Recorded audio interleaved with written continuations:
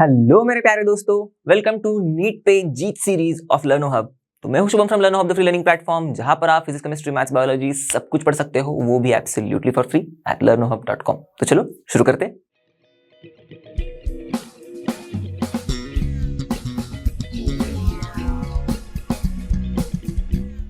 तो दोस्तों, आज हम लोग इस वीडियो में आपके कोऑर्डिनेशन कंपाउंड्स के मस्ट प्रैक्टिस क्वेश्चंस करेंगे।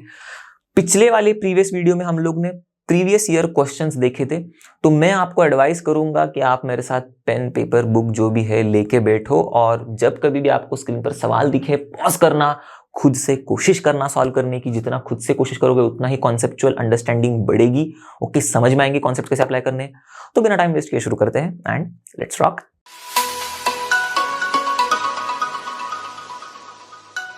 चलो, सबसे पहला सवाल।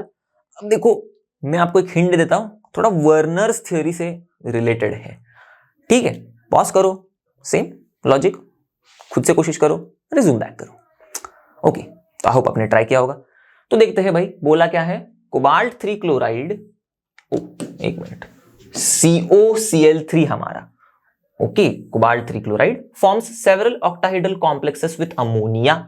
ये तो हम देख चुके थे, राइट। COCl3.6NH3, COCl3.5NH3, 4NH3, ऐसे वाले कॉम्प्लेक्सेस के बारे में हम लोग पढ़ चुके हैं। वर्नर की थ्योरी में सेम टाइप का कॉम्प्लेक्स उठाया गया है। बोला है which of the following will not give the test of chloride ions. ठीक है, किसके साथ? With silver nitrate at 25 degree Celsius, silver nitrate के साथ। तो वर्नर थ्योरी के हिसाब से हम लोग ने वो सेट ऑफ कंपाउंड्स देखे थे, यही वाले COCl3.4NH3, COCl3.5NH3, COCl3.6NH3, यही वाले। Okay, cobalt 3 chloride with ammonia वाले। इनमें हम लोग 6, 5 और 4 में से हम लोग को पता है कि कुछ ना कुछ क्लोराइड आयंस प्रेसिपिटेट होते हैं। अब वो किस तरीके से होते हैं, इसके लिए हमें प्राइमरी वैलेंस और सेकेंडरी वैलेंस का कॉन्सेप्चुअल अंडरस्टैंडिंग होना बहुत जरूरी है बॉस, बरोबर। अब एक एक लाइन में बता देता हूं। प्राइमरी वैलेंस बोले तो हमारे मेटल का ऑक्सीडेशन स्टेट, जो कि इन सारे दिए गए हुए ऑप्शंस में सेम ही रहेगा, क्योंकि यहां पर जो नंबर ऑफ अमोनिया मॉलिक्यूल्स है वो वेरिएबल हो रहे हैं, 4, 5, 6, 3, करेक्ट। पर जो कोबाल्ट के साथ क्लोरीन एटम्स है, COCl3, COCl3, COCl3, COCl3, तीन क्लोरीन एटम्स ही है। भले 4 ammonia molecules, 5 ammonia molecules, 6 ammonia molecules, 3 ammonia molecules है, करेक्ट। तो इस लॉजिक के आधार पर एक क्लोरीन का -1 तो 3 का -3, तो सारे कोबाल्ट के ऊपर +3। और जो सेकेंडरी वैलेंस होगा इनके केस में वो होगा 6, कोबाल्ट के केस में। जो वर्नर ने हमें थ्योरी में बताया था कि भाई हमारा कोऑर्डिनेशन नंबर फिक्स्ड होता है, ओके, मेटल के लिए। तो यहां पर 6 है। अब 6 कोऑर्डिनेशन के आधार पर, नंबर के आधार पर आपको देख के ही समझ में आया होगा, अगर आपको याद होगा तो, कि आंसर तो क्या है भाई, सिंपल है, आंसर तो D ही है। पर D क्यों है ये समझना जरूरी है, नहीं तो फिर आप रटते ही रहोगे। देखो, यहां पर जो तीनों ऊपर के जो हमारे कंपाउंड्स हैं, इनमें से कुछ ना कुछ क्लोराइड आयंस इसलिए जाएंगे क्योंकि कुछ ना कुछ क्लोराइड जो हमारे आयंस है या फिर क्लोरीन जो एटम्स है, वो सिर्फ और सिर्फ प्राइमरी वैलेंसी सेटिस्फाई कर रहे होंगे। और क्योंकि प्राइमरी वैलेंसी जो भी सेटिस्फाई करता है, सिर्फ और सिर्फ वो आयोनाइजेबल होता है। पर जो ग्रुप्स प्राइमरी के साथ सेकेंडरी वैलेंस भी सेटिस्फाई कर रहे, वो छोड़ के नहीं जा सकते हमारे मेटल को। बोले तो सिंपल लॉजिक में, कॉम्प्लेक्स के अंदर या फिर कोऑर्डिनेशन स्फीयर के अंदर जो अटके पड़े हैं वो बाहर नहीं जा पाएंगे। वो कैसे समझ में आएगा? अब थोड़ा वर्नर की थ्योरी को हम लोग के मॉडर्न टर्मिनोलॉजी में लेके आते तो फटाक से समझ में आएगा। तो जैसे कि COCl3.4NH3, इसको हम लोग कैसे लिख सकते हैं मॉडर्न टर्मिनोलॉजी में? हम लोग जैसे फॉर्मूला लिखते हैं कोऑर्डिनेशन कंपाउंड को, वैसे कैसे लिख सकते हैं इसको? देखो, हमको तो मैंने आज बताया, मैंने 6 कोऑर्डिनेशन नंबर है। इसमें ध्यान ये चीज पे देना है आपको कि जो अमोनिया के मॉलिक्यूल्स है ना, उनकी प्रेफरेंस पहले रखनी है सेकेंडरी वैलेंस को सेटिस्फाई करने के चक्कर में। तो 6 कोऑर्डिनेशन नंबर है। और एक और बात ध्यान रखनी है कि जो क्लोरीन के एटम्स हैं वो ही सिर्फ काबिल है इनमें, ओके, अमोनिया मॉलिक्यूल्स और क्लोरीन एटम्स में वही क्लोरीन एटम्स ही सिर्फ काबिल है प्राइमरी और सेकेंडरी वैलेंस दोनों भी सेटिस्फाई करने में। थोड़ा सा पेचीदा है, ये रहा, हम लोग थोड़ा सिंप्लीफाई कर रहे हैं। तो 4 ammonia molecules secondary valence satisfy करेंगे एकदम फिक्स, उसके साथ 2 क्लोरीन एटम्स भी लगेंगे तो 6 हो जाएंगे, कोबाल्ट खुश। करेक्ट, तो मैं ऐसे यहां पर लिख देता हूं, मेरा वो ब्रैकेट बहुत ही छोटू हो गया है तो थोड़ा, हाँ, तो यहां पर कोबाल्ट लिख दिया मैंने, अमोनिया मॉलिक्यूल्स 4। अब लिखते टाइम पे देखो हम लोग को पता है लिगैंड्स को अल्फाबेटिकल ऑर्डर में लिखते हैं हम लोग, तो मैं बस उसी ऑर्डर को फॉलो करो, बाकी कुछ नहीं ज्यादा कर रहा हूं। ओके, तो 4 अमोनिया मॉलिक्यूल्स, 2 क्लोरीन एटम्स, बचा हुआ एक बेचारा क्लोरीन एटम बाहर बैठ के वेटिंग पे बैठेगा, वेट करेगा कि मेरे को कब अंदर एंट्री मिल रहा है। ओके, देखते हैं कब मिल रहा है उसको एंट्री। तो देखो CO 3 chlorine 4 ammonia molecule, CO ठीक है 3 क्लोरीन 4 अमोनिया मॉलिक्यूल।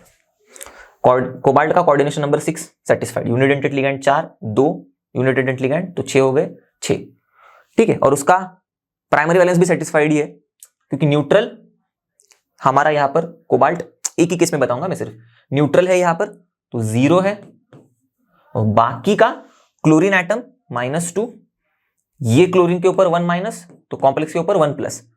तो अब सिंपल सी बात है, ऑक्सीडेशन स्टेट निकालना, 0 है -2 है, कोबाल्ट का निकालना है, बाहर जाएगा -2 +2 हो जाएगा, +1 +2 +3, तो कोबाल्ट का होगा +3 ऑक्सीडेशन स्टेट। तो लॉजिक समझ में आ रहा है मैंने किस तरीके से लिखा है?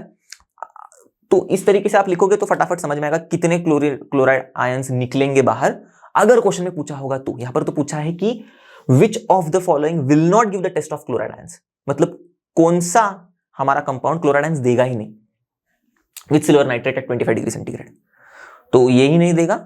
अब बस क्यों नहीं देगा वो समझ में आएगा। देखो ये एक दे देगा, बाहर एक है इसीलिए, क्योंकि ये बाहर वाला सिर्फ और सिर्फ प्राइमरी वैलेंस सेटिस्फाई कर रहा है, अंदर के 2 जो है वो प्राइमरी भी सेटिस्फाई कर रहे हैं, सेकेंडरी भी सेटिस्फाई कर रहे हैं, ठीक है।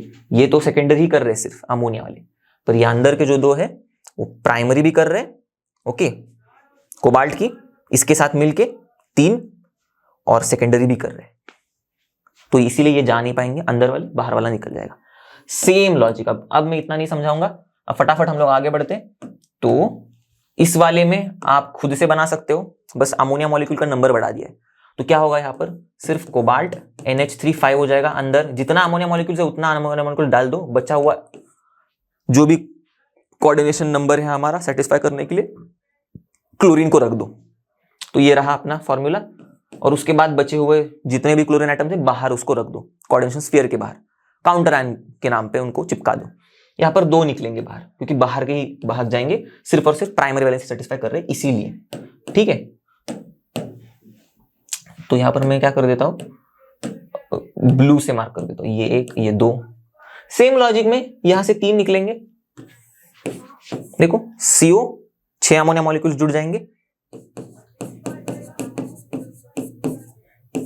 बाहर बेचारे 3 वेटिंग पर रहेंगे, ठीक है। देखो कोबाल्ट के साथ 6 अमोनिया मॉलिक्यूल्स अंदर बैठेंगे, कोऑर्डिनेशन नंबर 6 सेटिस्फाई हो गए, बाहर 3 बैठ जाएंगे क्लोरीन, समझ में आ रहा है? CO NH36 बाहर Cl3, CO NH36 बाहर Cl3, तो ये तीनों के तीनों भाग जाएंगे, ओके।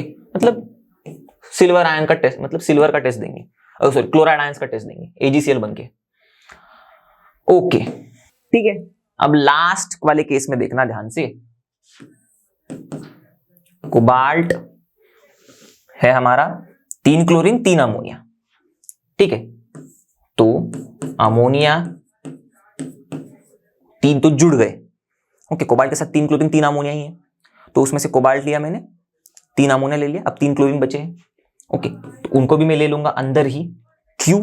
क्योंकि 3 ही ammonia molecules coordination number 6 satisfy नहीं कर पाएंगे, 3 ही तो डोनर एटम्स जुड़े, नाइट्रोजन, देखो एक अमोनिया मॉलिक्यूल का एक नाइट्रोजन एटम, जैसे 3 के 3 नाइट्रोजन एटम, 3 डोनर एटम हो गए, यहां पर इसके 3 डोनर एटम हो गए, टोटल मिला के 6 हो गए, कोबाल्ट खुश हो गया। तो कोबाल्ट 3 अमोनिया 3 क्लोरीन, देखो सब इन्वॉल्व हो गए, कोबाल्ट 3 अमोनिया मॉलिक्यूल्स 3 क्लोरीन, सब इन्वॉल्व हो गए, बचा ही नहीं कुछ, बाहर बचा ही नहीं कुछ। तो सारे के सारे क्लोरीन जो है हमारे एटम्स, वो प्राइमरी वैलेंस भी सेटिस्फाई कर रहे हैं और सेकेंडरी वैलेंस भी सेटिस्फाई कर रहे हैं इस केस में, क्योंकि वो अंदर छुपे हैं, ओके, अंदर है तो सेकेंडरी वैलेंस तो कर ही दे, पर यहां पर ये 0 है, कोबाल्ट +3 है, तो ये -3 है, +3 -3 0 होता है, इसलिए न्यूट्रल कॉम्प्लेक्स। समझ में आई बात? तो प्राइमरी वैलेंसी भी तीनों भी सेटिस्फाई कर रहे हैं, प्लस सेकेंडरी भी कर रहे हैं। और क्योंकि ऐसा हो रहा है इन तीनों के साथ, भाई दोनों तरफ से इनका इस्तेमाल किया जा रहा है। तुम प्राइमरी भी वैलेंसी सेटिस्फाई करो, सेकेंडरी भी करो, तो कैसे बेचारे आयोनाइजेबल रह पाएंगे? क्योंकि हमको तो पता है secondary valences are non ionizable, primary are normally ionizable, हम लोग ने पढ़ा था। तो तभी प्राइमरी आयोनाइजेबल होते हैं जब सिर्फ वो प्राइमरी वैलेंसी सेटिस्फाई कर रहे हैं। यहां पर दोनों भी कर रहे हैं, इसलिए नहीं होगा आयोनाइजेबल। क्लियर? तो कुछ भी नहीं बाहर निकलेगा, तो will not give the test of chloride ions, ये वाले हमारे। ओके, क्योंकि देखो कोबाल्ट 3 अमोनिया 3 क्लोरीन सब इन्वॉल्व हो गए, तो यहां पर भी कोबाल्ट 3 अमोनिया 3 क्लोरीन सब इन्वॉल्व हो गए। क्लैरिटी आ गई? चलो अगले सवाल पर बढ़ते। थोड़ा आसान सा सवाल लिया है और थोड़ा बहुत जुलता मिलता, मतलब मिलता जुलता है, सॉरी, हमारे पीवाईक्यू वाले सवाल के साथ। पीवाईक्यू में भी एक सिंपल सा सवाल था कि भाई EDTA4- आयन किस तरीके का लिगैंड है।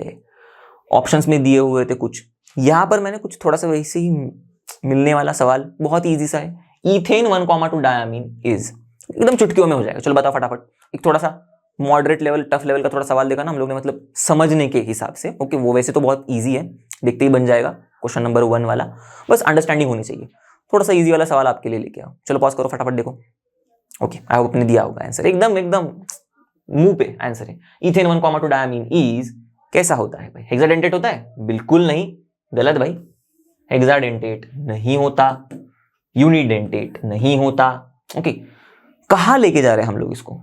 बाइडेंटेट लिगैंड होता है, 2 डोनर एटम्स होते हैं। कौन से? With 2 nitrogen donor atoms. Done. Tridentate भी नहीं होता, तो बात खत्म। Okay, clear? हाँ, अगर स्ट्रक्चर देख के समझना है तो मैं समझा देता हूं, क्योंकि क्या है, हम लोग ने बहुत बार इसका स्ट्रक्चर देखा है, कॉन्सेप्ट एड ऑन में भी, पीवाईक्यू में भी, तो मिस कर दिया मैंने। ये देखो इस तरीके से होता है कुछ। ईथेन 1,2 डायमीन, इसमें 2 नाइट्रोजन एटम इस तरीके से। ओके, मेटल के आयन को दोनों ऐसे तरफ से क्लॉज से पकड़ेंगे, तो इसको हम लोग चिलेट लिगैंड भी कहते हैं वैसे, राइट? बात समझ में आ गई? NH2CH2 NH2 CH2 CH2 NH2। Okay, ethane 1,2 diamine. चलो अगला सवाल देखते हैं। Which among the following is not a heteroleptic complex? ठीक है, काफी सिंपल सा है, बस ढूंढना है कि इनमें से कौन सा हेटेरोलेप्टिक कॉम्प्लेक्स नहीं है। अब हेटेरोलेप्टिक कॉम्प्लेक्स बोले तो डिफरेंट लिगैंड्स जुड़े हैं भाई हमारे मेटल एटम या फिर आयन को, इसी को कहते हैं ना हेटेरोलेप्टिक कॉम्प्लेक्स। तो कौन सा वाला नहीं है, एक एक करके नाम पढ़ेंगे, ऑटोमेटिकली समझ में आएगा। तो डायअमीन, क्लोरिडो, नाइट्रिटो एन, अमीन, क्लोरिडो, नाइट्रिटो, अलग अलग लिगैंड जुड़े हुए हैं, ये तो हेटेरोलेप्टिक है। तो ये हमारा ऑप्शन आंसर नहीं होगा, क्योंकि कौन सा वाला नहीं है ढूंढना है। गया डाइक्लोरिडो बिस ईथेन 1,2 डायमीन, क्लोरिडो ईथेन 1,2 डायमीन, अलग अलग लिगैंड्स, तो ये भी है, नहीं है नहीं, तो ये है, तो मतलब अपना आंसर राइट नहीं है। फिर टेट्रामीन एक्वा क्लोरिडो, देखो अमीन एक्वा क्लोरिडो, अलग अलग लिगैंड्स देख रहे एकदम, अमीन एक्वा NH3 H2O क्लोरिडो, तो ये भी है। ओके, तो आंसर नहीं है हमारा, कौन सा वाला नहीं है पूछा है। लास्ट वाला पोटेशियम टेट्राहाइड्रोक्सिडो जिंकेट, तो इसमें पोटेशियम को मार दो गोली, टेट्राहाइड्रोक्सिडो जिंकेट बचेगा सिर्फ। ओके, क्योंकि पोटेशियम काउंटर आयन है, तो इसमें ये कॉम्प्लेक्स है हमारा। कॉम्प्लेक्स के अंदर हम लोग लिगैंड ढूंढते हैं ना, काउंटर आयन में थोड़ी ढूंढेंगे, करेक्ट? तो ये गया पोटेशियम। फिर टेट्राहाइड्रोक्सिडो जिंकेट में देखो टेट्राहाइड्रोक्सिडो, फिर जिंक मेटल, तो एक ही लिगैंड है, same type of ligand. Same type of ligand वाले को हेटेरोलेप्टिक नहीं कहते, तो ये तो नहीं है, और हम तो ढूंढना है नहीं वाला, मतलब कौन सा नहीं है हेटेरोलेप्टिक, तो ये तो नहीं है। ठीक है, मिल गया आंसर हमें, सिंपल था। चलो अगले सवाल पर बढ़ते हैं। आयुपैक नेम ऑफ ये वाला कॉम्प्लेक्स इज, बहुत ही सिंपल है, पूरा का पूरा हमें कॉम्प्लेक्स स्पीशीज ही दिया है, काउंटर आयन का झंझट है ही नहीं। तो डायरेक्ट कॉम्प्लेक्स में हम लोग नाम कैसे लिखते हैं भाई? पहले लिगैंड फिर मेटल, लॉजिक। अब लिगैंड ढूंढो इसमें, ये देखो अमीन है, क्लोरिडो है, नाइट्रिटो है, करेक्ट? ये तो मेटल है हमारा। नाइट्रिटो में भी NO2 लिखा है, तो जब कभी NO2 लिखा होगा तो समझ जाना है नाइट्रोजन से जुड़ रहा है, क्योंकि नाइट्रिटो तो हमारा एम्बीडेंटेट लिगैंड है। भूल गए थे? बिल्कुल नहीं ना, याद होना चाहिए। Okay, thiocyanate ambidentate ligand, nitrito ambidentate ligand, sorry, N से जुड़ रहा है तो हम लोग लिखते कैसे हैं? नाइट्रिटो N करके। अगर नाइट्रिटो O से जुड़ रहा है मेटल के साथ तो हम लोग लिखते हैं नाइट्रिटो O करके। पढ़ चुके हैं हम लोग ये सब चीजें। तो यहां पर बस ध्यान देना है, NO2 लिखा है मतलब N से जुड़ रहा है। क्लियर, क्लैरिटी आ गई? तो अब नाम में कैसे लिखेंगे? अमीन AM, क्लोरिडो C से शुरू हो रहा है, ये A से शुरू हो रहा है, ये N से शुरू हो रहा है, लाइन में ही लिखा हुआ है, राइट। अमीन पहले आएगा, फिर क्लोरिडो आएगा, फिर नाइट्रिटो आएगा। Basic logic. और पहले तो प्लैटिनम है हमारा मेटल, तो लिगैंड्स में पहले डायमीन, ठीक है, ये हो गया, फिर क्लोरिडो, फिर नाइट्रिटो N, इस तरीके से लिखेंगे हम लोग। क्लियर? तो देखो डायमीन कहां पर दिख रहा है? प्लैटिनम, क्लोरोनाइट्रिटो, डायमीन मिल गया, क्लोरिडो मिल गया, नाइट्रिटो N, बरोबर चल रहा है सब कुछ। Platinum 2, okay. और नीचे भी देखो डायमीन, क्लोरो लिखा है, देखो यहीं पर गलत। क्लोरो होता है कभी? हम लोग एनायनिक लिगैंड्स के नाम O से एंड करते हैं। अब यहां पर क्लोराइड के बाद वाला E को हटा के O करते हैं तो वो क्लोरिडो हो जाता है। ओके, लास्ट वाला जो हमारा अल्फाबेट है उसको हटाया हम लोग ने क्लोराइड के E को और फिर O करते हैं। तो वैसे हमें लगाना है एनायनिक लिगैंड्स को O से एंड करना है, ना कि सिर्फ डायरेक्ट क्लोरो ही कर देना है। ओके, आइड को हटा के O ही कर दिया, ऐसे नहीं करते हम लोग। करेक्ट? तो यही पर ये गलत हो गया, यही तो सही है हमारा आंसर। लिख के भी देखेंगे तो भी समझ में आ जाएगा। ओके, पहले लिगैंड के नामों से शुरू करेंगे तो ये अमीन, करेक्ट, प्लैटिनम के बाद पहला A से शुरू होने वाला अमीन, फिर अल्फाबेटिकल ऑर्डर में क्लोरीन मतलब क्लोरिडो और ये नाइट्रिटो। तो लिखते टाइम पर ये 1 2 3 लिगैंड्स, तो डाई 2 है इसीलिए अमीन। ओके, तो AMMINE, M भूलना नहीं है इसमें, ओके, एक्स्ट्रा M लगाना है हमको इसमें। तो ये हो गया डायमीन, फिर क्लोरिडो, करेक्ट, फिर नाइट्रिटो और N से जुड़ रहा है इसीलिए N, ठीक है। तो हो गया, देखो इसको छोड़ के पहले लिगैंड के नामकरण हो गया। अब प्लैटिनम, क्यों? क्योंकि कॉम्प्लेक्स न्यूट्रल है इसीलिए प्लैटिनम लिखेंगे हम लोग। कि यहां पर भी एक डैश देना है N के बाद, प्लैटिनम। और फिर ऑक्सीडेशन स्टेट ढूंढना है। तो जाहिर सी बात है ये -1 NO2 तो एक ही है इसीलिए -1 ही रहेगा। क्लोरीन भी -1 होता है, ये न्यूट्रल। क्लियर? तो -1 -1 -2 होता है, ये न्यूट्रल है तो इसको +2 होना पड़ेगा तो ही बैलेंस हो जाएगा और बाहर 0 आएगा। तो प्लैटिनम तो +2 है मतलब 2, करेक्ट। तो ऑक्सीडेशन स्टेट 2, ऑक्सीडेशन स्टेट 2 मैं यहां पर नीचे लिख देता हूं। ओके, इस तरीके से। तो यही हमको बस क्रॉस चेक कर लो, डायमीन क्लोरिडो नाइट्रिटो N, डायमीन क्लोरिडो नाइट्रिटो N, फिर प्लैटिनम 2। क्लियर? तो ये हमारा आंसर हो गया। निचला वाला जो है वो इधर ही गायब हो गया, क्लोरो में ही गलत है। उसके बाद नाइट्रिटो N भले ही ठीक है पर प्लैटिनेट लिखा हुआ है, ये तो अनायनिक कॉम्प्लेक्सेस में लिखते हैं, ये भी गलत हो गया। सिंपल था। चलो, एकदम आसान सा सवाल है, देखते ही बन जाएगा मोस्टली। बोला क्या है? पलाडियम कॉम्प्लेक्सेस ऑफ टाइप ये एंड ये आर लिंकेज आइसोमर्स है, कोऑर्डिनेशन आइसोमर्स है, ऑप्शन में आयोनाइजेशन आइसोमर्स है, सॉल्वेट आइसोमर्स है। अब जब कभी ये आइसोमर्स दिए हैं हमें, देखते ही समझ में आ रहा है ये लिंकेज, कोऑर्डिनेशन, आयोनाइजेशन, सॉल्वेट, ये सारे के सारे स्ट्रक्चरल आइसोमर्स के एग्जांपल्स दिए हुए हैं हमें। याद आया? अब स्ट्रक्चरल आइसोमर्स में जब कॉम्प्लेक्सेस को देखेंगे एकदम क्लैरिटी से आइडिया है हमें। ओके, बहुत ही सिंपल से कॉन्सेप्ट है। जब कॉम्प्लेक्स को देखते ही पता चल जाएगा, जैसे कि ये कॉम्प्लेक्स है हमारा पलाडियम C6H5 SCN2 और ये पलाडियम C6H5 अरे वाह, सेम टू सेम NCS2। समझ में आ रहा है? SCN2 ये लिगैंड हमारा और यहां पर NCS2 ये लिगैंड। यही तो सिर्फ अलग है दोनों कॉम्प्लेक्सेस में, मतलब अलग दिख रहा है। वैसे अगर हम लोग देखेंगे तो मॉलिक्यूलर फॉर्मूला एग्जैक्ट सेम ही रहेगा। देखना, देखो ना, PdC6H52, PdC6H52, correct, palladium C6H52, ये तो पार्ट सेम टू सेम है, सिर्फ इसके बाद का SCN2 है, यहां पर इसके बाद का NCS2 है, दो ही अलग अलग, मतलब यहां पर सिर्फ यही फर्क दिख रहा है, पर फिर भी मॉलिक्यूलर फार्मूला देखेंगे तो सल्फर 2, कार्बन 2, नाइट्रोजन 2, करेक्ट, तीनों भी 2 है, यहां पर भी सल्फर 2, कार्बन 2, नाइट्रोजन 2, तीनों भी 2 है, मॉलिक्यूलर फार्मूला सेम। पर लिगैंड को जब मैंने वो बॉक्स किया है, वो लिगैंड को देखो थोड़ा ध्यान से क्लिक हो जाएगा, अरे ये तो लिंकेज आइसोमर्स है, क्यों? क्योंकि ये एम्बिडेंटेड लिगैंड है, जब कभी SCN इस तरीके से लिखा हुआ है, इसका मतलब ये सल्फर से बॉन्ड बना रहा है हमारे मेटल के साथ, एटम, आयन जो भी है। यहां पर NCS लिखा है, इसका मतलब ये नाइट्रोजन से बॉन्ड बना रहा है हमारा थायोसाइनेट टो लिगैंड, थायोसाइनेट तो एम्बिडेंटेड लिगैंड होता है, और इस तरीके से इनका लिंकेज अलग है सिर्फ, करेक्ट, जिस तरीके से लिंक हो रहे हैं ये हमारे मेटल एटम या फिर आयन के साथ, वो अलग है, तो इनको हम लोग लिंकेज आइसोमर्स कहते हैं, सिंपल, करेक्ट, ओके।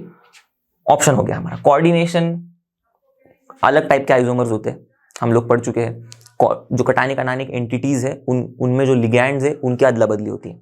आयोनाइजेशन, इनमें तो भाई काउंटर आयन लिगैंड की जगह लेता है, लिगैंड काउंटर आयन की जगह ले लेते हैं, बरोबर। सॉल्वेट भी पढ़ा है हम लोग ने, हाइड्रेट आयोनाइजेशन, हाइड्रेट आइसोमर्स के या फिर हाइड्रेट आइसोमेरिज्म के एग्जांपल के केस में हम लोग ने देखा था, सॉल्वेट आइसोमर्स, जब सॉल्वेंट वाटर है तो हाइड्रेट आइसोमर, तो हाइड्रेट में देखा था हम लोग ने वाटर अंदर बाहर करते रहता है, क्योंकि कॉम्प्लेक्स से बाहर आके फ्री मॉलिक्यूल में भी एग्जिस्ट करता है या फिर कॉम्प्लेक्स के अंदर भी एग्जिस्ट करता है, तो मॉलिक्यूलर फार्मूला सेम रहेगा पर समझ में नहीं आएगा। तो ये तो सब नहीं है हमारा, इसके रिलेटेड जुड़ ही नहीं रहा है, ये तो सिर्फ लिंकेज वाला है, लिंक अलग हो रहा है, तो लिंकेज आइसोमर्स। चलो अगला सवाल देखते हैं। The compounds cobalt SO4 NH3 5Br and cobalt SO4 NH3 5Cl, ठीक है, रिप्रेजेंट, चार ऑप्शन दिए हुए, linkage isomerism, ionization isomerism, coordination isomerism, no isomerism. तो ऑप्शन देखते ही आप कूद पड़े होंगे देखने के लिए कि भाई क्या हो रहा है, क्या हो रहा है, क्या हो रहा है हमारे कंपाउंड्स में, और फिर समझ में आएगा कि यार ये तो ना लिंकेज लग रहा है, ना आयोनाइजेशन लग रहा है, ना कोऑर्डिनेशन लग रहा है, और फिर बाद में दिमाग में ट्यूब पेटी, मतलब दिमाग में ट्यूब लाइट हो जाएगी, वो वाली ट्यूब लाइट, मतलब ऐसे नहीं बोल रहा हूं मैं, दिमाग का बल्ब लाइट हो जाएगा और ये देखना शुरू करेगा कि भाई साहब जो कंपाउंड दिया है हमें पूरा का पूरा, इसमें कोबाल्ट SO4 NH3 5, ये जो पार्ट है कॉम्प्लेक्स के अंदर वाला, ओके, कोबाल्ट SO4 NH3 5, और यहां पर देखो कोबाल्ट SO4 NH3 5 कॉम्प्लेक्स वाला, ये तो एग्जैक्टली सेम लग रहा है, बरोबर है, पर काउंटर आयन तो देखो एक बार, यहां पर ब्रोमीन है, यहां पर क्लोरीन है, यहीं पर आपने गलती की होगी, इन केस अगर आपने ध्यान से नहीं देखा होगा तो, ओके, लग गए होंगे ढूंढने में लिंकेज है, आयोनाइजेशन है, कोऑर्डिनेशन है, ऐसा होता है कई बार, मतलब हम लोग बस अप्रोच ऐसा रहता है कि भाई ढूंढो ढूंढो ढूंढो कौन सा है, बेसिक सी चीज भूल जाते हैं, पहले देख तो लेते हैं कि भाई पूरा का पूरा मॉलिक्यूलर फार्मूला एग्जैक्टली मिल तो रहा है कि नहीं, बरोबर। ये तो छोड़ ही दो, अंदर का छोड़ ही दो, यहां पर इस कंपाउंड में और इस कंपाउंड में, यहां पर ब्रोमीन है, यहां पर क्लोरीन है, यही देख के पता चलेगा ये आइसोमर्स ही नहीं है, क्यों? क्योंकि मॉलिक्यूलर फार्मूला मैच ही नहीं हो रहा है, खत्म। तो मॉलिक्यूलर फार्मूला मैच नहीं हो रहा है, आइसोमर्स ही नहीं है, तो शोज नो आइसोमेरिज्म, बात खत्म, क्लियर। चलो आगे बढ़ते हैं। What kind of isomerism exists between ये वाला कंपाउंड एंड ये जो दिया हुआ कंपाउंड है। अब दोनों का कंपाउंड का रंग दिया हुआ है, वॉयलेट है, इसका ग्रेइश ग्रीन है, पर रंग से कुछ लेना देना है नहीं, कंपाउंड को आप ठीक से देखोगे ना तो भी बात बन जाएगी। अब देखो क्या लिखा है, क्रोमियम वाटर मॉलिक्यूल 6 है कॉम्प्लेक्स के अंदर, ठीक है, बाहर 3 क्लोरीन एटम्स, वेटिंग लिस्ट पे है, काउंटर आयन बोले, काउंटर आयन बनके। दूसरे वाले में क्रोमियम वाटर मॉलिक्यूल्स 5 है, एक गायब हो गया है अंदर से, दिखा, क्रोमियम वाटर मॉलिक्यूल 6 थे अंदर, यहां पर क्रोमियम वाटर मॉलिक्यूल 5 है, एक गायब, वो गायब होके कहा गया है, बाहर गया है, देखो Cl2.H2O घूमने के लिए एज ए फ्री मॉलिक्यूल। तो इस तरीके से जब कभी वाटर मतलब सॉल्वेंट मॉलिक्यूल है हमारा ये, ओके, और ये कॉम्प्लेक्स के अंदर बाहर मतलब ऐसा मैं बोल रहा हूं अंदर बाहर कर रहा है, पर इन ये दो एग्जाम्पल्स में हमें दिख रहा है कि एक में अंदर है मेटल के साथ जुड़ा हुआ, दूसरे में वो ही वाटर मॉलिक्यूल ओके बाहर है एज अ फ्री बर्ड। तो इस तरीके का जो आइसोमेरिज्म होता है देखेंगे तो एकदम एग्जैक्ट सेम मॉलिक्यूलर फॉर्मूला होगा। क्रोमियम है 6 वाटर मॉलिक्यूल्स है 3 क्लोरीन है। वैसे यहां पर भी देखो एक क्रोमियम है 5 वाटर मॉलिक्यूल्स ओके, बाहर वाला एक हो गया 6 और फिर 3 chlorine, same to same okay इसके जैसे ही। पर वाटर मॉलिक्यूल यहां पर कोऑर्डिनेट बॉन्ड बना रहा है क्रोमियम के साथ और वही water molecule okay 6 water molecules में से एक वाटर मॉलिक्यूल बाहर जाके घूम रहा है as a free water molecule. तो इस तरीके के आइसोमेरिज्म को हम लोग सॉल्वेट आइसोमेरिज्म कहते हैं। और स्पेसिफिकली जब वाटर हमारा सॉल्वेंट है, जैसे कि इस एग्जांपल में हमको दिख रहा है, तो हम लोग इसको हाइड्रेट आइसोमेरिज्म भी कहते हैं। क्लियर? तो एग्जाम्पल में मतलब ऑप्शंस में linkage isomerism, solvate isomerism, ionization, coordination सब तो एकदम क्लियर कट है। कोऑर्डिनेशन नहीं होगा, अंदर बाहर होता है। आयोनाइजेशन नहीं होगा, काउंटर आयन अंदर बाहर होता है। करेक्ट, लिंकेज नहीं होगा, लिंक की वजह से होता है। सॉल्वेट ही हमारा आंसर है, क्यों है वो भी मैंने बता दिया। चलो आगे बढ़ते हैं। A chelating agent has 2 or more than 2 donor atoms, 2 से ज्यादा donor atoms, to bind to a single metal ion. ये तो पता है हमें चिलेटिंग एजेंट का मतलब क्या होता है, चिलेट लिगैंड का मतलब क्या होता है। बोला क्या है, which of the following is not a chelating agent, not a chelating agent.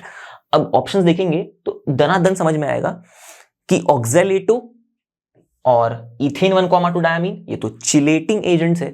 पूछा है नॉट अ चिलेटिंग एजेंट्स, ये है तो मतलब ये हमारा आंसर नहीं होगा। कैसे? देखो हमको पता है ऑक्सैलेटो का स्ट्रक्चर कुछ इस तरीके से है, हम लोग ने पढ़ा था। ये ऐसे ऑक्सीजन के ऊपर minus, carbon double bond oxygen, बीच में जुड़े हुए कार्बन ओके। इस तरीके से ये 2 डोनर एटम से जुड़ेंगे मेटल आयन के साथ, मेटल एटम के साथ ओके। वैसे ही इथेन 1,2 डायमीन कितनी ही बार देखा है हम लोग ने उसका स्ट्रक्चर ओके। ये हो गया ऑक्सैलेटो का, फिर इथेन 1,2 डायमीन का NH2 CH2 CH2 NH2, ऐसे जुड़ेगा नाइट्रोजन। करेक्ट, 2 नाइट्रोजन एटम्स, तो NH2 CH2 CH2 NH2 ethane 1,2 diamine. फिर हाँ इसको मैं EN लिख देता हूं ऐसे ही शॉर्ट फॉर्म में। अब बचे 2 ग्लाइसिनेटो और थायोसल्फेटो, सॉरी साइनेटो नहीं। इनको देखेंगे ना तो थायोसल्फेटो कुछ इस तरीके से होता है, S डबल बॉन्ड S ऐसे, ऑक्सीजन के साथ भी डबल बॉन्ड, यहां पर 2 ऑक्सीजन के साथ सिंगल बॉन्ड। क्लियर? और हाँ बीच में एक लाइन खींच देता हूं, ये हो गया अपना thiosulfato okay, S double bond S double bond O, फिर ऑक्सीजन के साथ सिंगल बॉन्ड नेगेटिवली चार्ज्ड। अब यहां पर फंसना नहीं है, देखना। और ग्लाइसिनेटो में थोड़ा बहुत इथेन 1,2 डायमीन से ही इन्फ्लुएंस्ड है, बस थोड़ा सा अलग है। ठीक है, तो NH2 CH2 ओके, यहां पर N nitrogen atom donor atom की तरह बिहेव करेगा, फिर उसके बाद C double bond O minus. ठीक है, तो ये थोड़ा सा इन्फ्लुएंस्ड है इथेन 1,2 डायमीन से, NH2 CH2 देखो, NH2 CH2, फिर उसके बाद CH2 के बाद C double bond O minus. तो ये भी चिलेटिंग लिगैंड की तरह बिहेव करता है। पर आप कहोगे सर ये करता है, राइट, EN कर रहा है, ऑक्सैलेटो कर रहा है कह रहे हो आप, ये ग्लाइसिनेटो है ये भी कर रहा है, तो बचा सिर्फ यही नहीं करेगा। वही तो पूछा हमको, विच of the following is not a chelating agent, तो ये चिलेटिंग एजेंट नहीं है। अब क्यों नहीं कर रहा है ये बता देता हूं आपको। इसका जो ये ज्योमेट्रिकली ना हमारा थायोसल्फेटो मेटल आयन को पकड़ नहीं पाता। ठीक है, ये इसकी दिक्कत है। भले इसके पास ऑक्सीजन एटम्स है यहां पर मस्त एकदम नेगेटिवली चार्ज, पर नहीं कर पाएगा ये। क्लियर? ज्योमेट्रिकली पॉसिबल नहीं है, इसीलिए मेटल आयन को चिलेट करना, पकड़ना क्लॉज से उसके ओके, ऑक्सीजन एटम से, दोनों ऑक्सीजन एटम से। क्लैरिटी आ गई? तो इसीलिए मतलब जो भी ऑक्सीजन एटम्स है हमारे थायोसल्फेटो के पास, उससे वो क्लॉ नहीं मतलब पकड़ नहीं पाएगा एक साथ। तो इसीलिए हमारा थायोसल्फेटो ये वाला okay is not a chelating agent. तो which of the following is not a chelating agent. Clarity आ गई? चलो अगला सवाल देखते हैं। What is the correct electronic configuration of the central atom? किसमें? इन ये वाला कॉम्प्लेक्स। तो इसमें सीधा सीधा दिख रहा है Fe हमारा सेंट्रल एटम है जो लिगैंड्स मतलब वाटर यहाँ पर जो लिगैंड है उससे जुड़ा हुआ है। बस पूछा है, ओके, सेंट्रल एटम ऐसे लिख देता हूं मैं Fe, तो पूछा है बस what is the correct electronic configuration of the central atom in this, जो कि है Fe। तो Fe का correct electronic configuration based on crystal field theory. Same type का क्वेश्चन PYQs में हम लोग ने एक बार देखा था, बस यहां पर मैंने कॉम्प्लेक्स को अलग कर दिया है। तो पॉज कीजिएगा, सोचिएगा, जवाब तक पहुंच जाएंगे आप। ठीक है, आप अपने ट्राई किया होगा।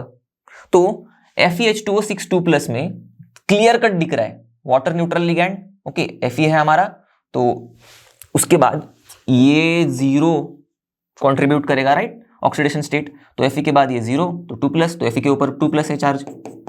अब Fe+2 में Fe तो हमको पता है, मैंगनीज के बाद Fe, right, scandium, titanium, vanadium, chromium, manganese, फिर Fe, फेकोनी, करेक्ट। तो 26 एटॉमिक नंबर के हिसाब से 4s2d6 कॉन्फ़िगरेशन है। 2 जाने के बाद d6 बचेगा सिर्फ। d6 कॉन्फ़िगरेशन में हमारा Fe बेचारा क्या करेगा, ओके, 6 इलेक्ट्रॉन्स को ऑक्यूपाई करने की कोशिश करेगा। पर according to crystal field theory बोला है, इसका मतलब हमें थोड़ा सा सोचना पड़ेगा लिगैंड्स के बारे में भी।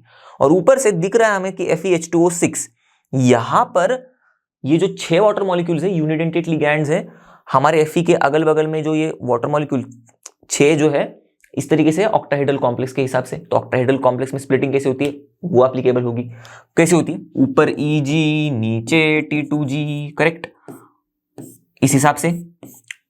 और फिर वाटर भी तो बेचारा वीक फील्ड लिगैंड है, बहुत ही कम एनर्जी सेपरेशन होगी। तो उस केसेस में जो एनर्जी सेपरेशन है इतनी कम होती है कि भाई पेयरिंग एनर्जी से भी कम होती है। क्लियर। और इलेक्ट्रॉन्स को लगेगा कि भाई अगर पेयर करने के लिए ज्यादा एनर्जी लग रही है तो मैं इस एनर्जी गैप को ही कूद के ऊपर चला क्यों ना जाऊं, करेक्ट, ऐसे ही इलेक्ट्रॉन्स को लगता है।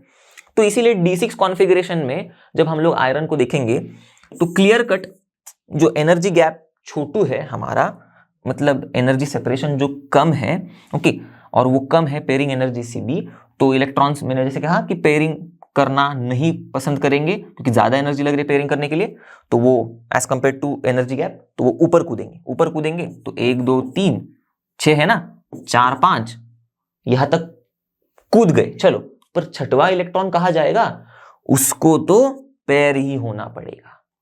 क्लियर। तो फिर T2G, ये 1 2 3 4 Eg2, ये होगा कॉन्फ़िगरेशन, करेक्ट। तो T2G 4 Eg2, बस इसी को ढूंढते हैं, कहां पर है, T2G 4 Eg2, पहला ही है, करेक्ट। T2G 6 Eg0 गलत, ये भी गलत, ये भी गलत। टेट्राहेड्रल के केसेस में होगा ये, स्प्लिटिंग केसेस में E और T2 हम लोग लिखते हैं सिर्फ। क्लैरिटी आ गई। चलो अगला सवाल देखते हैं, विच इज डायमैग्नेटिक। इनमें से डायमैग्नेटिक बोले तो सारे के सारे इलेक्ट्रॉन्स पेयर्ड, क्लियर, होने चाहिए पेयर्ड इलेक्ट्रॉन्स, करेक्ट, क्योंकि हमको तो पता है पैरा अनपेयर्ड, तो डाई उसका उल्टा पेयर्ड, तो डाई पेयर्ड, ये लॉजिक पता है। अब इनमें से जो हमारे मेटल के आयन्स है अंदर कॉम्प्लेक्स के अंदर, जैसे FeCN6 3- में Fe, COFe6 3- में CO, NiCN4 2- में Ni, समझ में आ रही बात, ओके।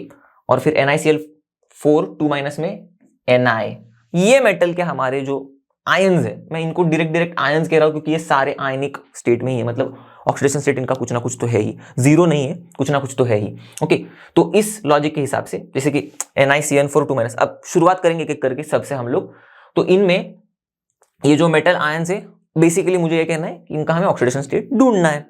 तो FeCN6 3- में देखो, CN6 बाहर जाएगा, +6 -3 +6 +3, तो बाहर करने के बाद +3 Fe, COF6 3-, फटाफट ऑक्सीडेशन स्टेट ढूंढ लेते, तो -6, करेक्ट, कोबाल्ट के साथ है, बाहर जाएगा, +6 -3 +6 +3, कोबाल्ट +3, ठीक है। फिर NiCN4 2- -4 बाहर जाएगा, +4 -2 +4 +2 +2,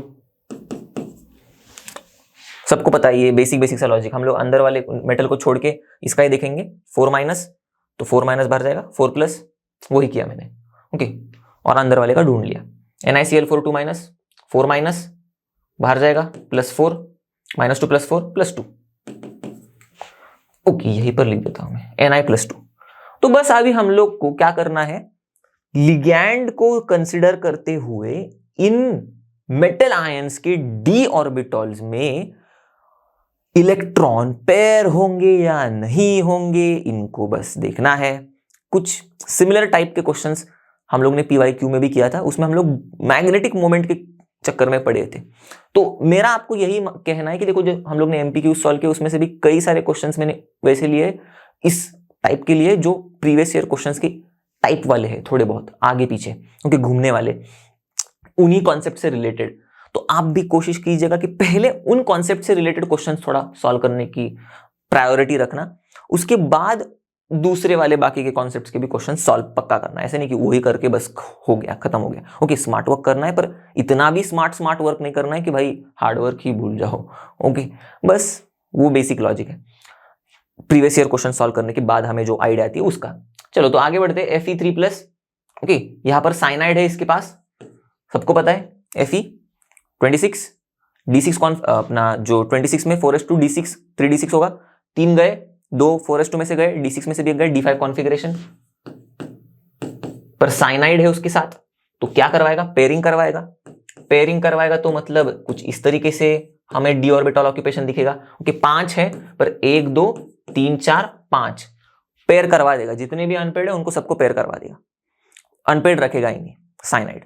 तो ये ऐसे एक ही अनपेड इलेक्ट्रॉन बचेगा, पर फिर भी एक अनपेड इलेक्ट्रॉन मतलब पैरामैग्नेटिक हो गया ना ये। पर हमें तो पूछा विच इज डायमैग्नेटिक, तो हमें तो डायमैग्नेटिक ढूंढना है, ये तो पैरामैग्नेटिक है, अपना आंसर नहीं है। इसी लॉजिक के आधार पर फटाफट आगे के आगे ढूंढो। चलो फटाफट पॉज करो। ओके, किया होगा आपने, आप आंसर के साथ रेडी हुए होंगे। चलो CO3+ फेको, आयरन के बाद कोबाल्ट 27 में से भी 3 चले गए electron. Okay, 4s2 D7 configuration cobalt का, 3 गए मतलब S में से 2 गए तो गायब, D7 में से भी 1 गए, D6 कॉन्फ़िगरेशन। D6 कॉन्फ़िगरेशन में कोबाल्ट के है हमारा फ्लोरीन, मतलब फ्लोराइड एज अ लिगैंड, जो पेयरिंग नहीं करवाता। ओके, VB वगैरह के केसेस में हम लोग ने देखा है, हम लोग ने पढ़ लिया है कि भाई साइनाइड ये सब पेयरिंग करवाते हैं, फ्लोराइड, ओके, क्लोराइड्स ये सब पेयरिंग नहीं करवाते। तो फ्लोराइड पेयरिंग नहीं करवाएगा तो जैसे कि वैसे ही पड़े रहेंगे ये बेचारे D6 कॉन्फ़िगरेशन में। तो D6 में 1 2 3 4 5 6 4 अनपेड इलेक्ट्रॉन से, देखो करेक्ट, D6 में 5 और 6 तो बचे कितने, 1 2 3 4 अनपेड इलेक्ट्रॉन से, बात खत्म। ये भी पैरा है, ये भी अपना आंसर नहीं है। ऐसे ही आगे बढ़ेंगे। Ni2+, ओके, तो फेकोनी, उसके बाद तो निकल ही आता है 28 4s2 D8 कॉन्फ़िगरेशन, उसमें 2 गया तो D8 कॉन्फ़िगरेशन बचा। D8 में से भी साइनाइड है, मस्त पेयरिंग करवाएगा मतलब चलो 1 2 3 4 5 6 7 8 इस तरीके से कुछ होगा। 0 दिखा है, 1 2 3 4 चारों के चारों डिब्बे फुल, एकदम फुल, पेड, कुछ भी अनपेड इलेक्ट्रॉन नहीं है, 0 अनपेड इलेक्ट्रॉन्स है। अनपेड इलेक्ट्रॉन्स का एब्सेंस डायमैग्नेटिक बिहेवियर दिखाता है, करेक्ट। या फिर हम लोग कह सकते हैं कि सारे के सारे पेड इलेक्ट्रॉन्स है तो डायमैग्नेटिक बिहेवियर है, विच इज डायमैग्नेटिक पूछा है तो ये डायमैग्नेटिक है। क्लियर। अब लास्ट वाला भी आप खुद से भी ट्राई कर सकते हो, सेम टू सेम लॉजिक से होगा। Ni2+, तो सेम ही यहां पर भी Ni2+ था तो D8 कॉन्फ़िगरेशन, बस क्लोरीन है मतलब क्लोराइड लिगैंड है तो ये भाई कुछ भी पेयरिंग नहीं करवाएगा। तो D8 कॉन्फ़िगरेशन में 1 2 3 4 5 6 7 8 2 अनपेड इलेक्ट्रॉन बचेंगे, तो ये तो पैरामैग्नेटिक होगा, डायमैग्नेटिक नहीं होगा, जो हमें ढूंढना है। क्लियर, बातें क्लैरिटी आ गई। ओके, बस इनमें से हमें डायमैग्नेटिक वाला ढूंढना था। बाकियों के केसेस में इसमें 2 है, इसमें तो 4 4 है, इसमें 1 है, तो इन तीनों, ये तीनों भी जो है पैरा है, यही बस डाय है, सी वाला। ओके, तीनों पैरा क्यों है, अनपेड इलेक्ट्रॉन से इसीलिए। चलो अगला सवाल देखते हैं। द लिगैंड N, मैं ऐसे ड्रॉ कर देता हूं, CH2 NH2 थ्राइस। तो देखो CH2 NH2, वो मैंने जब बस डॉट ऐसे बनाया बताने के लिए कि ये CH2 है, ये CH2 है, क्योंकि वो बॉन्ड वाला फॉर्मूला हम लोग लगाते हैं ना, वैसा वाला बनाया मैंने। ठीक है, वैसे ही CH2 CH2 NH2 CH2 CH2 NH2, ऐसे कुछ क्लॉज वाला स्ट्रक्चर लग नहीं रहा है आपको? मुझे तो लग रहा है। वैसे हम लोगों ने पढ़ा भी है एज एन एग्जाम्पल, ये तो पॉलीडेंटेट लिगैंड है, चिलेट लिगैंड भी है। क्यों भाई?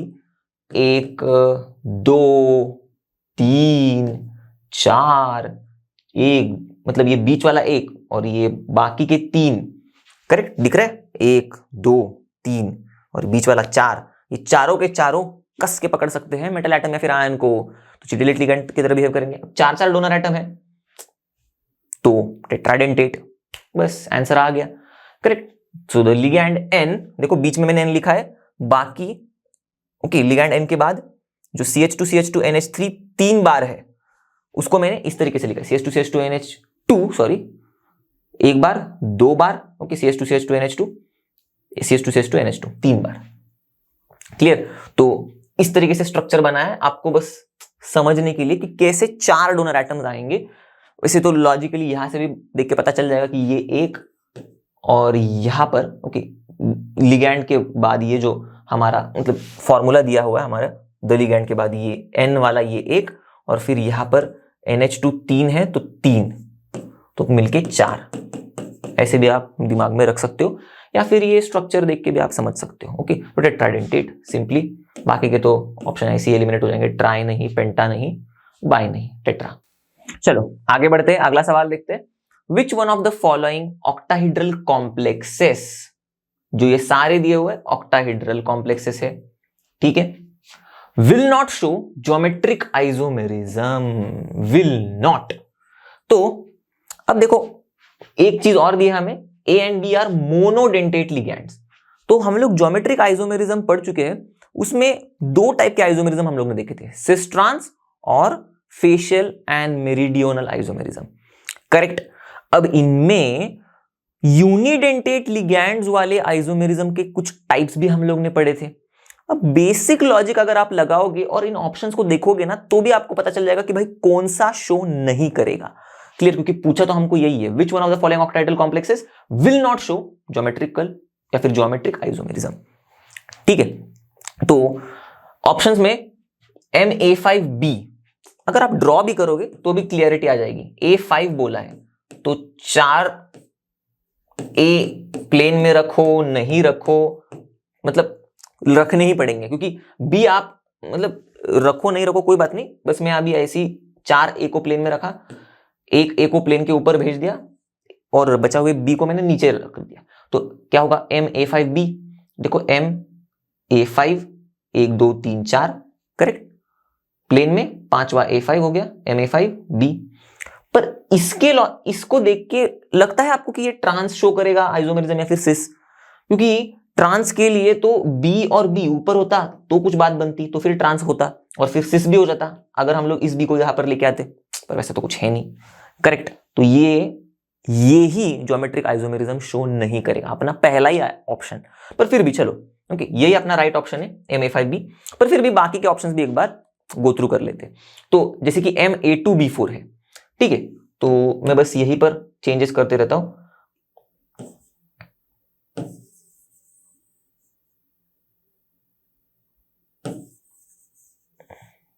ये रहा अपना MA2B4, करेक्ट, यही है ना MA2, 2 ऊपर मैंने रख दिए A, B4 1 2 3 4, तो MA2B4 हो गया। इसमें ये सिस वाला अपना ये ट्रांस वाला है सॉरी, और इसी A को मैं अगर यहां पर रख दूंगा और B को यहां पर रख दूंगा तो क्या हो जाएगा, सिस हो जाएगा, दिख रहा है। B को मैं ठीक से लिख देता हूं, A को भी ठीक से लिख देता हूं, करेक्ट। देखो अब A एडजेसेंट में आ गए तो सिस हो गया, शो कर रहा है। सेम लॉजिक से आप देखोगे ना MA4B2 ये भी करेगा, बस नाम बदल दिया है इन्होंने हमें बस कंफ्यूज करवाने के लिए, तो सारे के सारे हटा देता हूं मैं। क्या है MA4B2, तो MA2 हो गए, 3 हो गए, 4 हो गए A4, B2 ये हो गया ट्रांस, करेक्ट, बीबी के हिसाब से। अब इसी बी को मैं उठा के इधर लगा देता हूं, ए को यहां पर लेके आता हूं, तो बी को मैं इधर लगा दिया, ए को यहां पर लेके आया, ये हो गया सिस, करेक्ट। तो ये भी शो कर रहा है, ये भी शो कर रहा है, Ma2B4 भी कर रहा है, अभी देखा हम लोग ने Ma4B2 भी कर रहा है, क्लियर। अब बचा Ma3B3, इसको तो कैसे भूल सकते हो, ये तो फेशियल और मेरिडियोनल वाला हो गया। देखो बता देता हूं मैं आपको, ये रहा ऐसा, ओके, इसमें सिस ट्रांस नहीं दिखेगा, इसमें फेशियल मतलब इसमें हम लोग यही समझ के फटाक से दिमाग लगा सकते कि भाई इसमें फेशियल मेरिडियोनल दिखता है, ज्योमेट्रिकल आइसोमेरिज्म है, शो करता है ये, ओके। और विल नॉट शो बोला है हमको ज्योमेट्रिकल आइसोमेरिज्म, तो शो करने वाला तो फिर ऑप्शन नहीं होगा अपना आंसर, राइट। तो देखो Ma3B3 में Ma3 ये एक फेस पर है, दिखा ऑक्टाहेड्रन का फेस, या फिर आप ऐसे भी कह सकते हो ये भी एक फेस है। मैं बस इस फेसेस को ना हाईलाइट कर देता हूं अलग कलर से, ये रहा एक फेस ऑक्टाहेड्रन का, ये रहा निचला वाला फेस, ओके। तो क्योंकि ये फेसेस पर इनके लिगैंड्स के डोनर एटम्स है, तो ये फेशियल आइसोमर हम लोग कहते हैं। और इसी टाइप में अगर मैं ऐसा लिखूं इसको, ये ए जो है हमारा लिगैंड, सपोज इसको मैं तीनों को भी ऐसे सेम प्लेन में लेके आऊं, ओके, मिडिल में, सेम प्लेन में, बाकी कोई बी को तो मैं लिख देता हूं ऐसे नीचे ही, जो बची जगह है वो, तो सेम प्लेन में लेके आ, तो ये मेरिडियोनल हो जाता है, मेरिडियोनल आइसोमर। तो ये फेशियल, ये मेरिडियोनल, क्लैरिटी आ गई। ए के टर्म्स में ये फेशियल, ए के टर्म्स में ये मेरिडियोनल। तो ये क्या है, Ma3B3, सेम Ma3 पूरा का पूरा, फिर बचा क्या, B3, तो देखो Ma3B3 ये भी शो कर रहा है, क्लियर। तो ये सारे शो कर रहे हैं, मैंने आपको बता दिया, समझा दिया, ज्योमेट्रिक आइसोमेरिज्म ये नहीं शो कर पाता। ऐसे ही क्यों नहीं शो कर पाता ये भी समझा, क्योंकि इन टर्म्स किसके शो करेगा, बी तो एक ही है बेचारा, मतलब जो यूनिडेंटेड लिगैंड है अलग वाला वो तो एक ही है, तो ना ट्रांस कर पाएगा ना सिस कर पाएगा, ओके। तो इसी के साथ दोस्तों हम लोग इस वीडियो के एंड पर आ गए हैं। आई होप हम लोग ने जो भी सवाल सॉल्व किए आपने मेरे साथ सॉल्व किए होंगे, आपको समझ में आए होंगे, ओके। और जैसे कि सभी को पता है, लर्नो मतलब फ्री है पर बेस्ट है। तो मिलते हैं अगले वीडियो में, तब तक के लिए stay tuned, bye bye and have a great day.